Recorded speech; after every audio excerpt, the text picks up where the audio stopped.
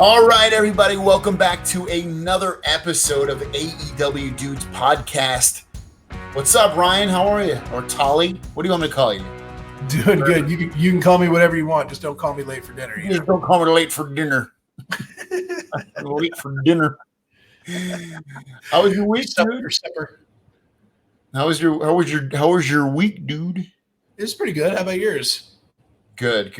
Anyways, we saw an amazing Double or Nothing pay-per-view, and it's funny. We actually recorded basically the whole episode, and I forgot to hit record. And we ran out of time to actually redo it. So we're just going to run through. We're going to tell you what we thought overall of the pay-per-view, which I kind of gave it away because I said it was an amazing pay-per-view. I loved it. It was really, really fun. But Tolly, give us a quick rundown of the matches, who won it, and then we'll give our overall thoughts. Sure. Yeah. I agree with you. I thought it was a really, really good show. It wasn't, I don't know. It's hard to live up to last year, just how good it was, but the results. It was a phenomenal show. Results. So we had the ladder match, which was a very, very good way to open the show.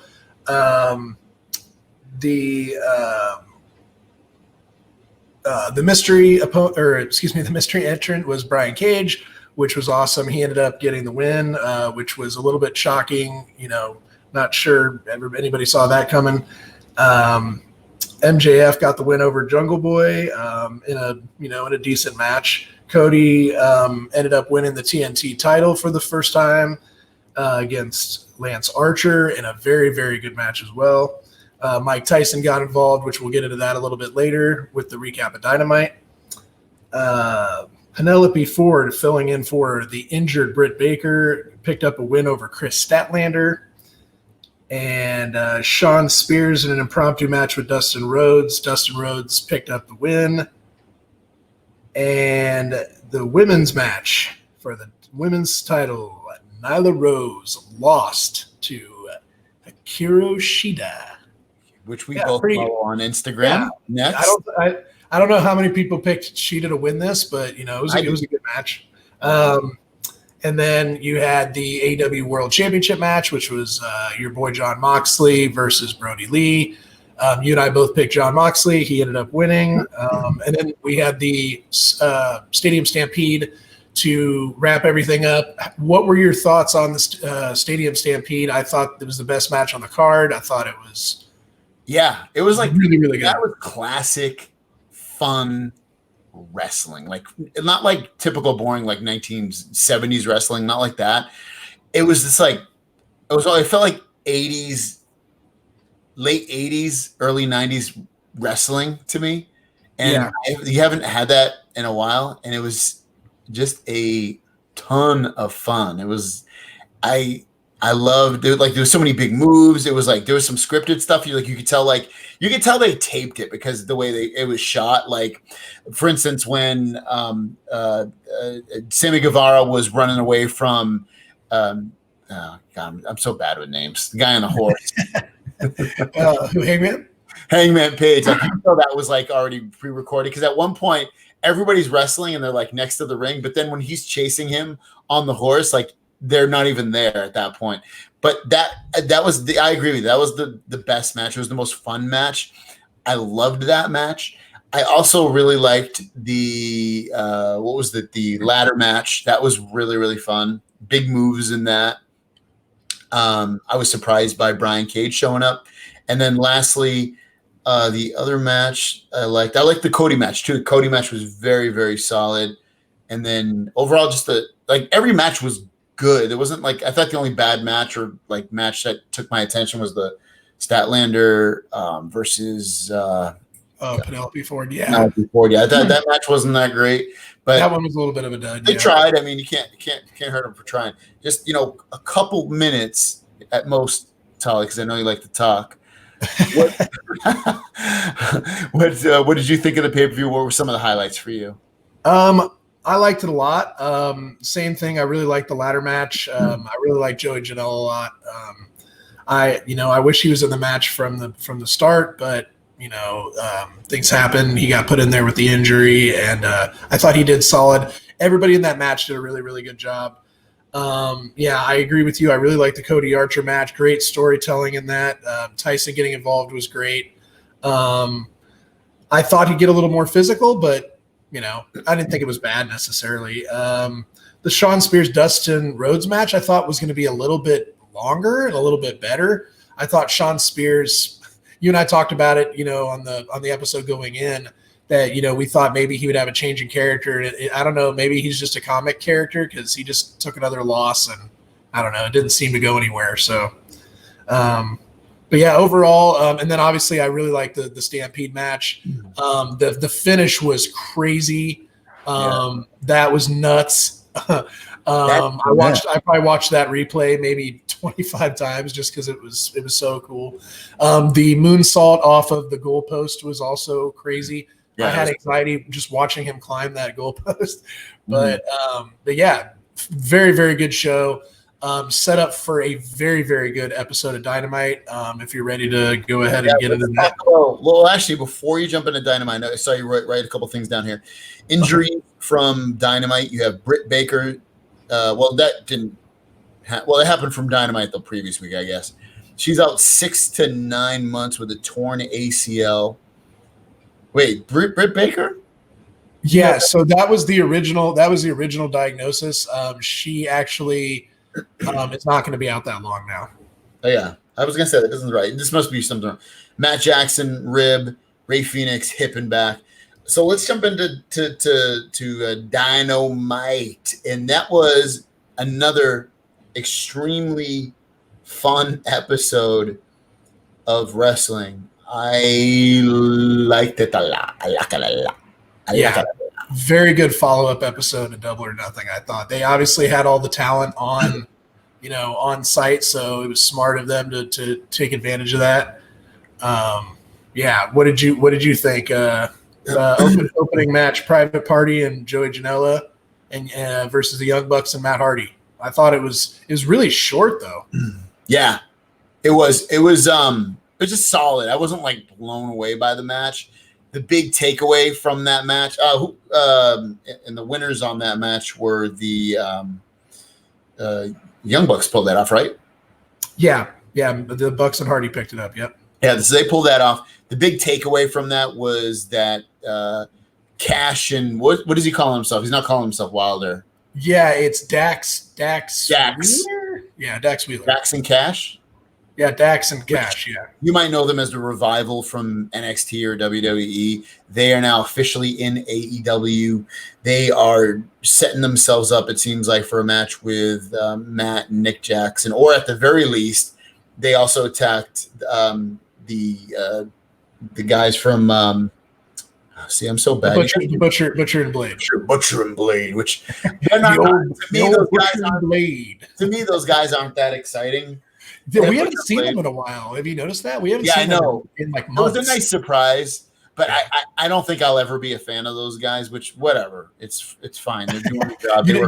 You know what I was thinking when I watched this? Butcher looks like a serial killer. If anyone ever sees a video of this and they see you with your beard and your afro, they'll think the same thing. I hope so. This is my quarantineness, if you will. Quarantine beard. But I thought it was a really good match. What'd you think of the match? Yeah, I thought for how quick it was, I really liked the I don't know if you saw before, they did like a short little promo where the Young Bucks kept teasing how they wanted a different version of Matt Hardy, so he kept changing into a different version. Yeah, he did that at the pay-per-view too. Yeah, so like I don't know if that's his new gimmick where he's just going to switch back and forth to different Matt Hardys, but I liked it. I thought it was interesting for him to go back to his like early career Matt Hardy gimmick. He looks just for this match. JR called it out, and I think JR said it. One of the guy announcers said it, but like he looks really slim and stuff. He does. He looks really good physically. Especially at his advanced age of wrestling. I mean, he's not like 50, but I think he's in his mid 40s at this point. Yeah, he looks way better unfortunately than Jericho does, and some of his other guys. But yeah, he looks really good. And I love him switching between the multiple characters in there too. It's funny, it's fresh, and that if the crowd was there, they would so bite on that thing. It's kind of a bummer that some of these really, really great debuts don't have fans to have that great pop. But I know people at home, at least I'm popping at home. Yeah. So next we had the MJF versus Jungle Boy match. Wait, no, that's not. Is this right with your notes? Am I reading the wrong notes here? That's not right. No. Scroll down. It should be the very, very bottom. There we go. I'm sorry. It's okay. It should be Brian Cage. Brian Cage versus the Jobber. Yeah, I didn't actually catch the name of the guy that he wrestled, but he's like one of those guys like Lee. It might have been Lee Johnson or one of those guys that's been wrestling a lot that just takes losses. It was quick. Brian Cage was dominant. He had a nice little buckle bomb followed by his finisher, and then immediately Taz grabbed the mic and basically he told Mox that he respects him, but he's never fought anybody like Brian Cage. And Mox was good on commentary. I liked what he was adding. He didn't put the guy down. He basically propped him up a lot, and I like that when they do that. They don't.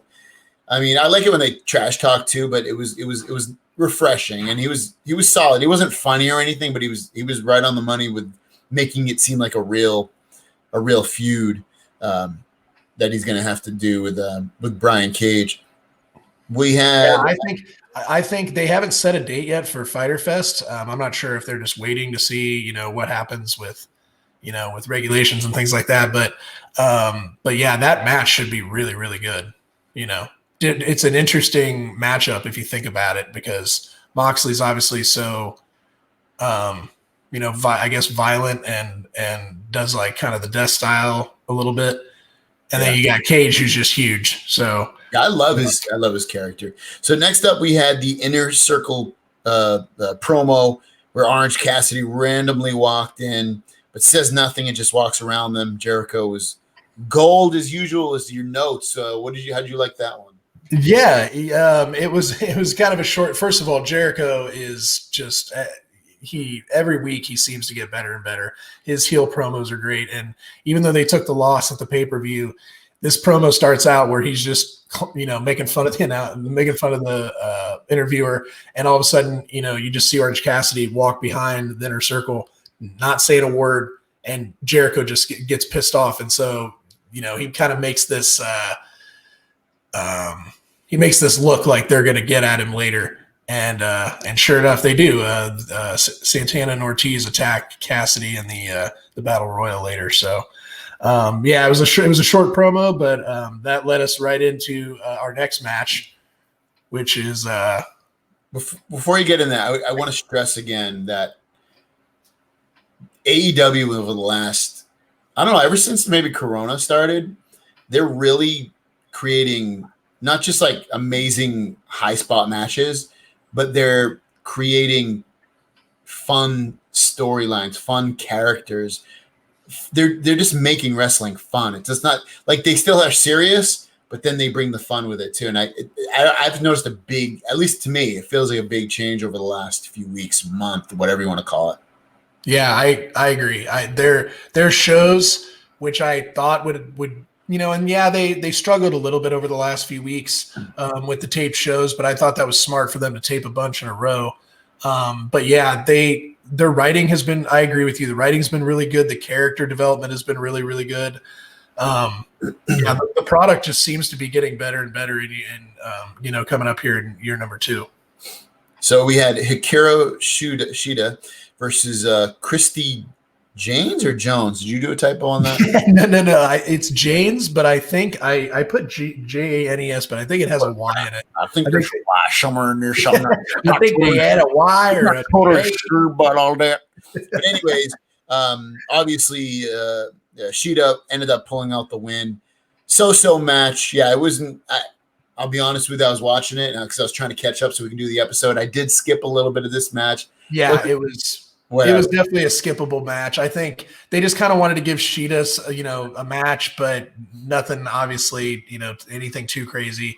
She had a pretty rough match with Nyla Rose at the pay-per-view. So I think this was a good kind of she didn't have to defend the title technically, and it was a quick match for her. So what I did like Cody interview, that was decent. I think the crowd really would have liked that. He's so good on the mic. I like to pump a crowd up, to really pump a crowd up, not just like a good promo, but to like pump them up and be a good promo. I honestly don't think there's anybody better than him right now. I would agree. Yeah. And I was actually thinking that earlier when we were talking about, his and Lance Archer's match. I don't think he's had a bad match in AEW at all. I don't think, he just doesn't have bad matches. Yeah. He's awesome. I loved him. Jimmy Havoc and Kip Sabian took on SCU. We are the best. SCU. The West. So I was not aware of this. Real quick, little tidbit the commentators threw. I don't know if you caught this. This was the first time that Kazarian and Scorpio Sky had tagged together since like February, and I was not aware of that. I was like, oh, I thought but then I thought about it. I'm like, well, we haven't really seen them together, but then we've seen different. I guess we've seen Kazarian and Daniels, and they've used Daniels a little bit more, but. Yeah, I don't know. I thought that that was an interesting little tidbit that they hadn't tagged together since February, and then they ended up picking up the loss here in a very, very solid tag match. Jimmy Havoc and Kip Sabian seem to be on the uprise. I think they've won like 3 or 4 in a row. Penelope Ford helped them here, which I also like. I like her as she's a good heel manager for them. What did you think? I was your notes, and I feel exactly the same way. That shocked that Sabian and Havoc won.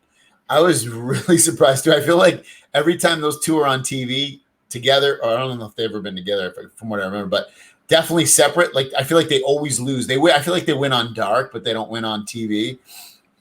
Just failing wise. Yeah, that surprised me. But you're right. It was a solid match. I agree with that too. MJF did a promo where he teased Wardlow. So basically, he did a little promo, and he basically.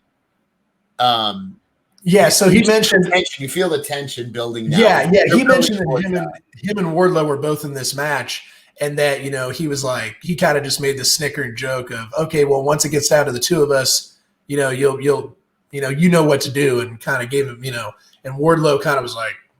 Tease the heel turn, like, what are you talking about? I'm not going to do that for you. And it came into play in the match, actually, believe it or not. We'll get to that in a second. But that set us up for the Battle Royal for the TNT Championship. I put in my notes here, I thought this was weird. I don't know if you noticed how many guys were in this Battle Royal, but from what I counted, it was 13, which I thought was a really random number. Like, I didn't know why they didn't do 10 or 15. But yeah, 13 guys in this Battle Royal. So in the Battle Royal, you had MJF, Wardlow, Billy Gunn, Sonny Kiss, Colt Cabana, Marko Stunt, Luchasaurus, Orange Cassidy, Luther, who I don't think I'll ever be a Luther fan, but whatever. Yeah, he's a weird guy. Christopher Daniels, the Librarian, Jungle Boy, and Brandon Cutler. So I liked this match for the most part. It actually was a lot faster than I thought it would be. I actually thought I forgot about the Mike Tyson Jericho thing at the end, like in terms of that being the last thing. I actually thought this was going to be the last match. I was like, wait, I feel like, I don't know how long the match was. I feel it was like maybe 7 minutes. I don't even know. Maybe it was longer than that. No, it was maybe a little. Not. You're right though. It was probably like it felt really quick. I thought it was a really good Battle Royal, though, considering it had some pretty exciting moments. Billy Gunn was a nice, a really nice. Speaking of Billy Gunn, let me get this out though. I know he's a big guy, but he's actually bigger than Luchasaurus. Yeah, that was kind of shocking. Yeah, I was like, dang. Yeah, me and Ryan saw Billy Gunn in person last year at Double or Nothing. And he's humongous. And you'll hear that all the time, like when people meet him. He hates me for life now. Yeah, he's a huge, huge guy. So the winner of the Battle Royal, was there any big toss-outs, eliminations?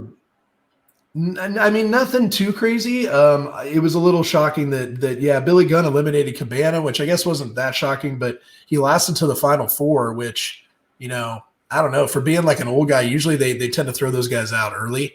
Yeah. So that was cool. They kind of let Billy, get a little bit of shine there, which was nice. It was cool because it got down to Wardlow, MJF, Jungle Boy, and Orange Cassidy, and MJF accidentally hit Wardlow with the $40,000 ring or whatever that he always has on his hand. Yeah. And then they teamed up. They were able to eliminate MJF, and then Cassidy and Jungle Boy teamed up and eliminated Wardlow. So then once it was down to those two, Jungle Boy eliminated Orange Cassidy. So that's, that should be a decent matchup for Cody. It'll be a fast-paced match, I think. They've wrestled before. I know it's been a while, but their last match was good. It just kind of sucks that Jungle Boy. It doesn't suck that Jungle Boy won. It's a nice win for him. It sucks that I would guess that he's just going to lose again to Cody, big name, a bigger name, whatever. It's a nice get for him, but he's just going to lose again, I would assume. So it's like, and I don't even think, honestly, he's not that he couldn't win a title. It just doesn't seem like he should win the title yet. He's still a couple years away from it. I forgot to ask you this really quickly before we move on. What were your thoughts on Cody kind of throwing out the open challenge? I thought that was cool. Kind of reminded me of when Cena threw out the open challenge and tried to make the U.S. title relevant. I like it. I think it creates. You're right. It creates like unpredictableness. Is that the word? Yeah. I like that. I like it when you don't know, because that means he could get challenged at any time, and that can happen anyway. But it's especially fun when they say that, because then there probably will be some wrestlers that show up. One thing, I wouldn't be surprised if Sting goes for the title right off the bat, because I mentioned this to you in a text that when the pay-per-view was going on, Cody started doing like his dad's finisher, his brother's finisher, and then they were like, "Oh, he just did the Stinger Splash," and there's been rumors that Sting is going to go to AEW. So maybe he fight Cody for the belt just randomly at one of these pay-per-views or one of these live events or whatever. I would think he would almost have to challenge for the title right away, because I mean he probably only has a handful of matches left in him anyway, with his health and his age. And I mean, I'm sure he's got one or two really good matches left in him, because but it is age and stuff. You never know. I don't know. Sting is one of my favorite wrestlers ever, so I would love to see him versus Cody. That would be an awesome retirement match for Sting. Yeah. But I guess only time will tell. Only time will tell. Ooh, that's a last match or last segment. I guess it wasn't a match. Inner Circle Pep Rally. They just gave each other presents. They boasted a little bit. Jericho threw out some T-shirts that they had won. That they said they won the Stampede match, another pay-per-view, but they didn't. He wasn't saying they won, but like they expected to win, so they got T-shirts made up, and he gave those to the other wrestlers in the crowd. They all gave each other some gifts. I thought it was kind of cheesy. Like, I know it's supposed to be cheesy, but it seemed a little bit too cheesy for me. I didn't really laugh at any part of it. Yeah, it almost seemed forced. Yeah. A lot of that, it's tough to make that kind of stuff funny all the time. Sometimes it's snicker, you can snicker at it, but I thought overall that it was it was entertaining at the very least. It just didn't it wasn't the best segment of the night. It wasn't the worst, I guess, either. But ultimately what happened is Tyson ended up coming out with an entourage. I didn't know some of the guys in there. I know Henry Ceruto. He's a UFC guy, the little guy, the smallest guy in the bunch. He had just fought a match on UFC a week or two ago at the pay-per-view, and he won, and now he's retired from that.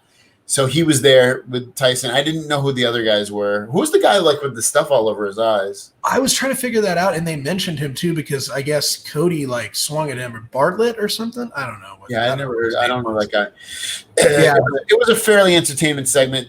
Tyson on the microphone seemed a little forced in terms of what he was saying. He wasn't that. I mean, he's not a wrestler, so I don't expect him to be great. Like he's not very good on like. You can tell like they almost need to write something for him. But even I think if they did, I bet you they told him to say that. It's just it's not his forte. Did you see him struggling to rip off his shirt too? Not that he couldn't like rip it. He's strong enough to rip it, but he just like ripped it and then it like he was like he had a tough time with it. And I don't know. I thought the shoving was cool. However, it reminded me, of when Tyson and Austin. It took me back to Tyson and Austin. It was just too familiar, with that.